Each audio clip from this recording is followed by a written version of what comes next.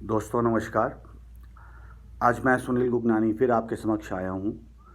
आजकल जो मीडिया में देश में जो चीज़ें चल रही हैं, सुशांत राजपूत को लेकर और हाथरस की मनीषा बेटी को लेकर, बहुत दुखद है।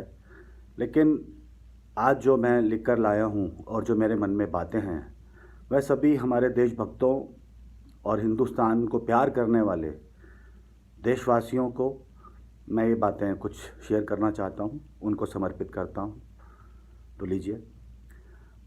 मंगल पांडे को फांसी, तात्या टोपे को फांसी, रानी लक्ष्मीबाई जी को अंग्रेज़ों द्वारा घेर कर, अंग्रेज़ सिपाहियों द्वारा घेर कर मार देना, भगत सिंह जी को फांसी, सुखदेव को फांसी, राजगुरु को फांसी, चंद्रशेखर आज़ाद को एनकाउंटर कर देना, अंग्रेज़ पुलिस द्वारा मार देना, सुभाष चंद्र बोस को गायब कर देना, भगवती चरण वोहरा को बम विस्फोट में मार देना और रामचरण बिस्मिल को फांसी दे देना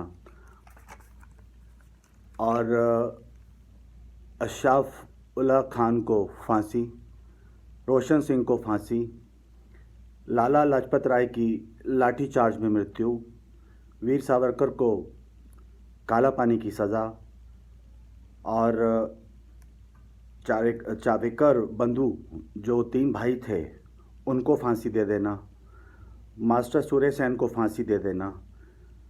यह तो कुछ ही नाम हैं जिन्हें स्वतंत्रता संग्राम में, और या तो कुछ ही नाम हैं जिनको इस स्वतंत्रता संग्राम में और इस देश की आज़ादी में अपना सर्वोच्च बलिदान दिया। इन लोगों ने जो नाम मैंने आपको बताए हैं पढ़कर, कई हज़ार वीर ऐसे हैं जो,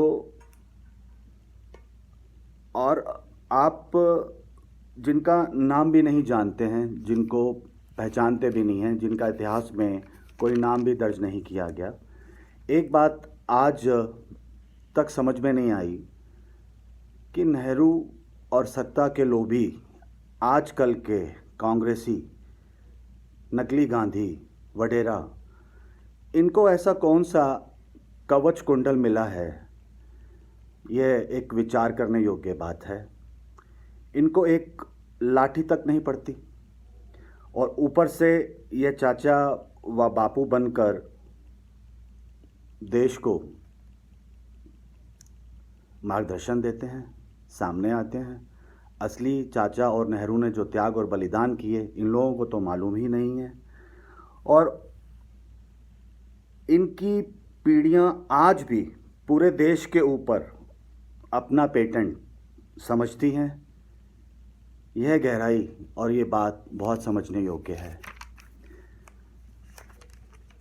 और दोस्तों, सैनिकों पर अहिंसक आंदोलन, लव जिहाद पर कार्यवाही गुंडागर्दी कहलाती है। पत्थरबाजों को भटके हुए नौजवान कहा जाता है। भारत तेरे टुकड़े होंगे गैंग को अभिव्यक्ति की आज़ादी कही जाती है। भंसाली को थप्पड़ हिंदू आतंकवाद कहा जाता है। गौ मांस भक्षण भोजन का अधिकार माना जाता है। ईद पर बकरा काटना धार्मिक आस्था है। 3 तलाक हलाला धार्मिक अंदरूनी मामला है। और दिवाली पटाखे जलाना पर्यावरण प्रदूषण है। और न्यू ईयर पर, नए साल पर पटाखे चलाना एक जश्न का माहौल बनाना कहा जाता है। मटकी फोड़ में बच्चे अगर काम करते हैं तो उन्हें अनसंवैधानिक कहा जाता है। मासूम बच्चों का खतना करना, इसको धार्मिक मामला कहा जाता है। प्लेटफॉर्म पर, सड़कों पर, पार्कों पर नमाज पढ़ना धार्मिक आस्था का अधिकार कहा जाता है। सड़क पर पंडाल लगाना सड़क जाम करना कहा जाता है। मस्जिदों में लाउडस्पीकर बजना धार्मिक आस्था कहा जाता है। मंदिरों में लाउडस्पीकर बजना ध्वनि प्रदूषण कहा जाता है। करवा चौथ का व्रत मनाना, जो हिंदुओं का एक बहुत बड़ा पर्व है, उसे ढकोसला कहा जाता है। वैलेंटाइन डे मनाना, उसे प्यार का पर्व कहा जाता है। 4 शादियां करना धार्मिक अधिकार है। हिंदुओं की 2 शादियां हों तो बेशर्म है। गणेश विसर्जन, होली तो जल प्रदूषण है। और ताजिया विसर्जन हो तो ये इनका संवैधानिक अधिकार है। आज आजम, केजरी, ओवैसी ये राष्ट्रीय पुरुष हैं और हमारे प्रधानमंत्री जी मोदी, मुख्यमंत्री जी योगी और गृह मंत्री हमारे अमित शाह वो हिंदू आतंकवादी हैं। अफजल, कसाब, बुरहान वानी ये शहीद हैं और भगत सिंह, सुखदेव और चंद्रशेखर आज़ाद ये आतंकवादी कहलाए जाते हैं इन लोगों की निगाहों में, जो ये टुकड़े टुकड़े गैंग में शामिल हैं और ये देश की अखंडता को भिन्न चिन्ह करना चाहते हैं चाइना के इशारों पे, पाकिस्तान के इशारों पे। और जो इन्होंने पहले सीए के अंतर्गत दिल्ली में दंगे करवाने का प्रयास किया, बाहर के देशों से जो इनको हवाला कांड से पैसा आता है उससे आज ये हाथरस में ये कार्य घिनौना लड़की की, बेचारी उस बेटी की इस हादसे के ऊपर ये अपनी राजनीति की रोटियां सेक रहे हैं।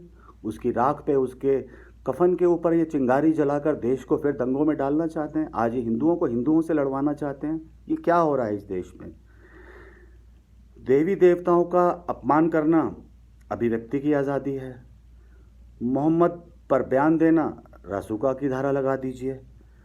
और इन सब बातों पर हमें विचार करना होगा, हम कहाँ खड़े हैं। हम जिस देश में रहते हैं उसका नाम हिंदुस्तान है, भारत है। हम भारतीय हैं और सबसे पहले हिंदू हैं और देश के नागरिक हैं। पहले हम देशभक्त हैं, फिर हम उसके बाद किसी जात या धर्म से आते हैं। ये हम सबको विचार करना होगा। ज़रा सोचिए, आज जो कोरोना काल के अंदर चल रहा है वह ड्रग्स माफिया को साफ करने के लिए, गंदे राजनीतिज्ञों को साफ करने के लिए, गंदे बॉलीवुड को साफ करने के लिए और गंदे पेट माफिया को साफ करने के लिए हो रहा है। सत्य को आप परेशान कर सकते हैं, विचलित कर सकते हैं, लेकिन सत्य कभी हारता नहीं है। धन्यवाद दोस्तों।